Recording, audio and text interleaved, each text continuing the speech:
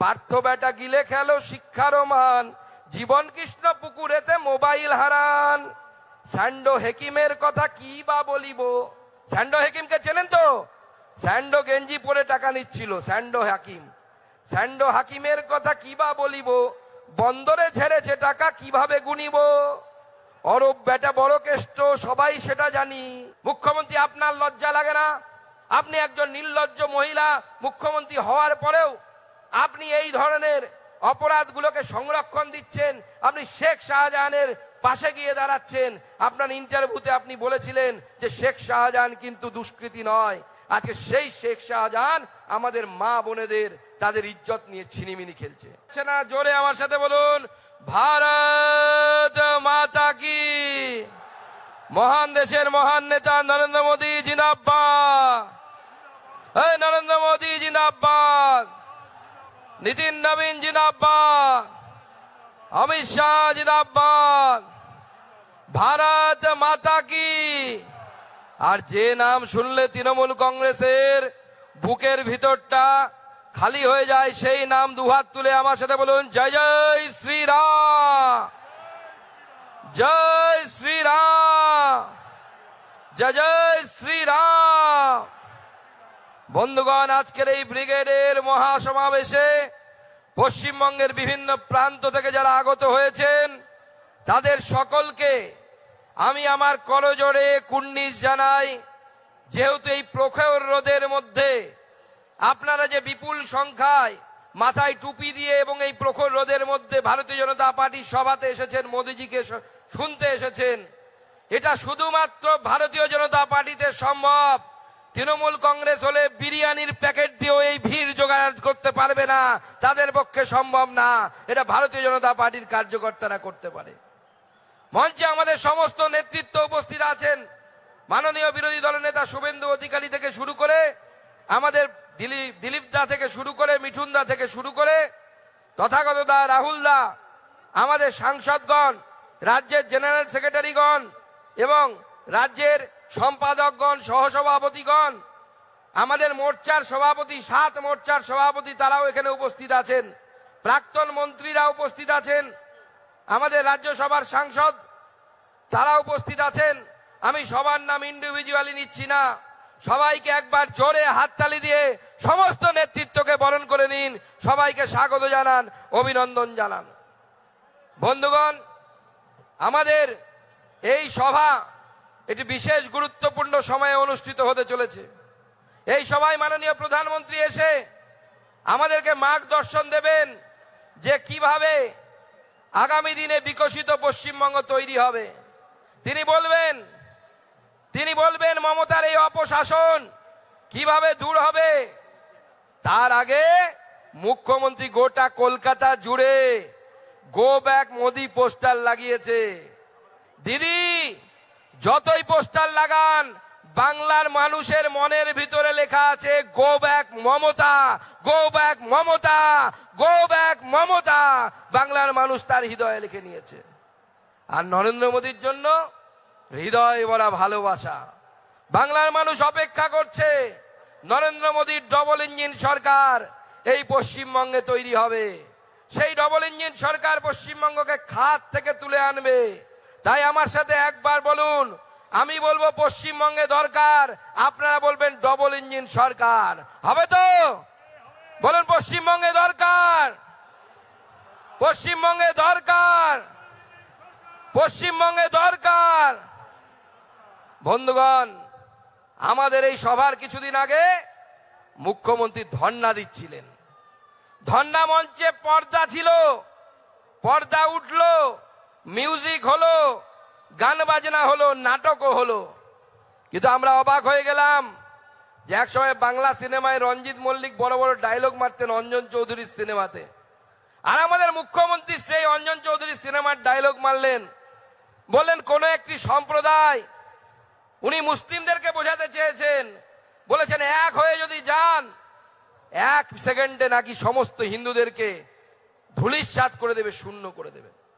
মাননীয় মুখ্যমন্ত্রী, আপনার বক্তব্য আমাকে মনে করিয়ে দিচ্ছিল কয়েক বছর আগে হায়দ্রাবাদের একজন নেতা আছেন আসাদুদ্দিন ওবেসি, তার ভাই তিনি বলেছিলেন এই দেশে হিন্দুরা 80 কোটি, মুসলমান 20 কোটি, 15 মিনিটের জন্য পুলিশ বন্ধ করে দাও, দেখবো হিন্দুদের কত ক্ষমতা আছে।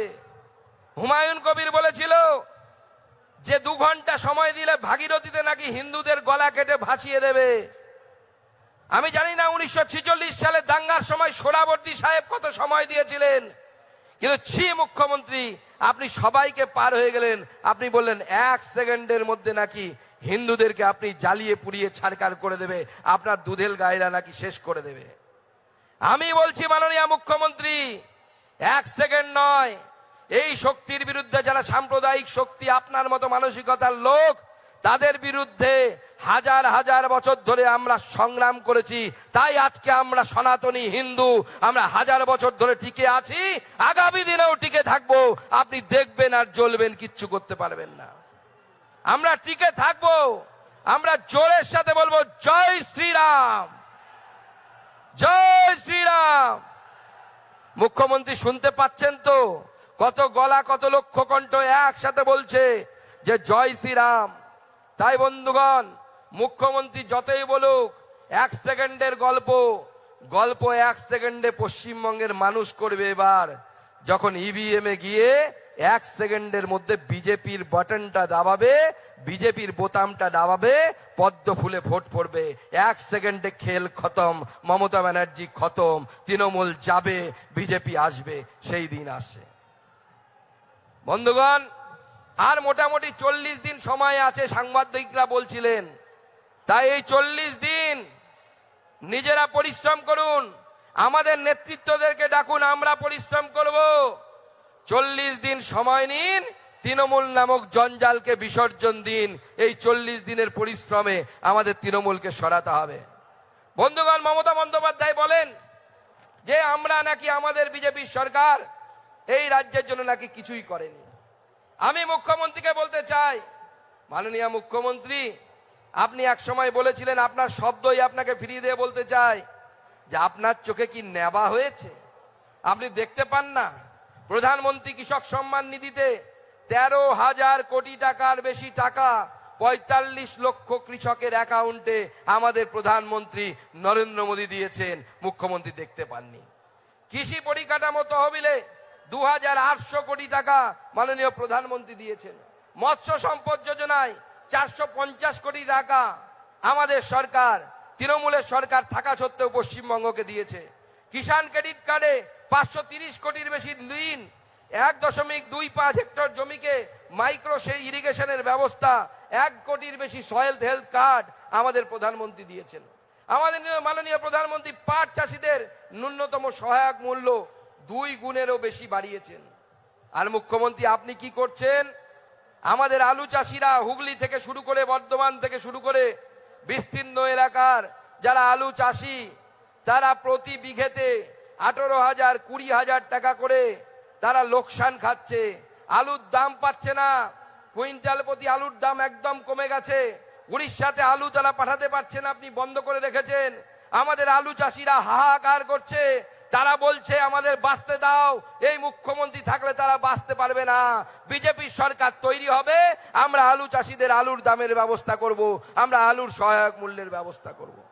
বন্ধুগণ, তাই আমাদেরকে মাথায় রাখতে হবে যে এই পশ্চিমবঙ্গকে যদি রক্ষা করতে হয়, এই পশ্চিমবঙ্গকে যদি পশ্চিম বাংলাদেশ হতে না দিতে হয়, তাহলে ভারতীয় জনতা পার্টির সরকার তৈরি করতে হবে। যে সরকার এই পশ্চিমবঙ্গে বিগত 12-13 বছরে 3,900 কিলোমিটার জাতীয় সড়ক বানিয়েছে। প্রধানমন্ত্রী গ্রাম সড়ক যোজনায় 37,000 কিলোমিটার গ্রামীণ রাস্তা তৈরি করেছে। রেল বাজেট, মমতা বন্দ্যোপাধ্যায় যখন রেলমন্ত্রী ছিলেন তখন তিনি যা রেল বাজেট দিতেন তার ডবলেরও বেশি টাকা, প্রায় 14,000 কোটি টাকা আমরা এই বাংলায় দিয়েছি, আমাদের সরকার দিয়েছে। 9টি বন্দে ভারত এক্সপ্রেস, 100% রেলের যে রেলপথ তার বৈদ্যুতিকরণ হয়ে গেছে। আজকে মমতা বন্দ্যোপাধ্যায়ের নেতৃত্বে পশ্চিমবঙ্গে পিছনের দিকে যাচ্ছে। ন্যাশনাল ক্রাইম ব্যুরোর তথ্য অনুযায়ী গোটা দেশে মহিলাদের উপরে 207 খানা অ্যাসিড হামলা, অর্থাৎ অ্যাসিড দিয়ে মহিলাদের দিকে ছুঁড়ে মারার মতো ঘটনা ঘটেছে। তার মধ্যে 57টি এই রাজ্যে। মুখ্যমন্ত্রী, আপনার লজ্জা লাগে না? আপনি একজন নির্লজ্জ মহিলা মুখ্যমন্ত্রী হওয়ার পরেও আপনি এই ধরনের অপরাধগুলোকে সংরক্ষণ দিচ্ছেন, আপনি শেখ শাহজাহানের পাশে গিয়ে দাঁড়াচ্ছেন। আপনার ইন্টারভিউতে আপনি বলেছিলেন যে শেখ শাহজাহান কিন্তু দুষ্কৃতী নয়। আজকে সেই শেখ শাহজাহান আমাদের মা বোনেদের তাদের ইজ্জত নিয়ে ছিনিমিনি খেলছে। আর যদি ভেবে থাকেন যেটা চলবে, চলবে না। বিজেপি সরকার আসবে, বিজেপি থানাতে বুলডোজার থাকবে, যারা মহিলাদের উপর অত্যাচার করবে তাদের বাড়ির উপর বুলডোজার চলবে। এটা বিজেপির প্রতিশ্রুতি, আমরা এটা পূরণ করব, আমরা করব, আমরা করে দেখাবো। তাই এইবারের এই নির্বাচন আমাদের বিজেপি সরকার গঠনের নির্বাচন। এই নির্বাচন আমাদেরকে নরেন্দ্র মোদীর সরকার গঠনের নির্বাচন। তাই সব শেষে তৃণমূল কংগ্রেস পাঁচালি শোনাচ্ছে, তাই আমিও একটু পাঁচালি শুনিয়ে শেষ করব।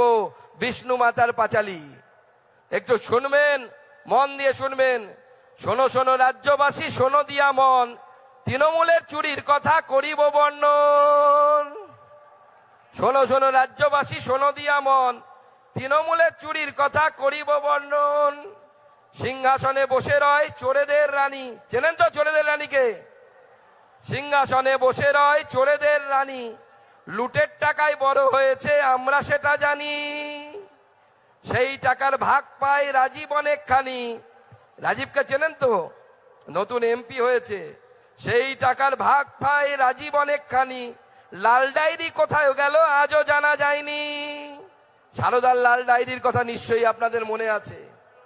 পার্থ বেটা গিলে খেলো শিক্ষারও মান, পার্থ বেটা গিলে খেলো শিক্ষারও মান, জীবন কৃষ্ণ পুকুরিতে মোবাইল হারান। যখন জীবন কৃষ্ণকে ধরতে গেছিল, কি মুর্শিদাবাদের লোকেরা আছেন নাকি এখানে? যখন জীবন কৃষ্ণকে ধরতে গেছিল, বেটা মোবাইল ছুঁড়ে পুকুরে ফেলেছিল। পার্থ বেটা গিলে খেলো শিক্ষারও মান, জীবন কৃষ্ণ পুকুরেতে মোবাইল হারান। স্যান্ডো হেকিমের কথা কি বা বলিব। স্যান্ডো হেকিমকে চেনেন তো? স্যান্ডো গেঞ্জি পরে টাকা নিচ্ছিল, স্যান্ডো হাকিম। স্যান্ডো হাকিমের কথা কি বা বলিব, বন্দরে ঝেড়েছে টাকা কিভাবে গুনিব। অরূপ বেটা বড় কেষ্ট সবাই সেটা জানি। অরূপকে মনে আছে? আমাদের ক্রীড়ামন্ত্রী, যিনি হাতে লেখে ইস্তফা দিয়েছিলেন। অরূপ বেটা বড় কেষ্ট সবাই সেটা জানি, মেসি কাণ্ডে চুরি করেছে অনেকখানি। অরূপ বেটা বড় কেষ্ট সবাই সেটা জানি, মেসি কাণ্ডে টিকিট চুরি করেছে অনেকখানি। জ্যোতি বেটা চুরি করে গরিবের চাল, এটা জ্যোতিপ্রিয়, বসু নয় কিন্তু। জ্যোতি বেটা চুরি করে গরিবের চাল, এই জন্য বাংলার মানুষ ভুগছে চিরকাল। ছোট হতে রাজনীতিতে চোর ভাইপোর নাম, এটা তো সবাই চেনে, চোর ভাইপো। ছোট হতে রাজনীতিতে চোর ভাইপোর নাম, কয়লা বালি খেলেও নাকি বাড়ে তার নাম। চোরেদের কথা তাই শেষ করা দায়, চোরেদের কথা তাই শেষ করা দায়, যত বলি তত যেন বাড়িয়া যায়। সবে মিলে বিষ্ণু মাতার চরণে হরি হরি বলো, সবে মিলে বিষ্ণু মাতার চরণে হরি হরি বলো। আজ আমার পাঁচালি হেতা সাঙ্গ হলো। সবাইকে নমস্কার, সবাই ভালো থাকবেন, অগ্রিম শুভেচ্ছা, ধন্যবাদ।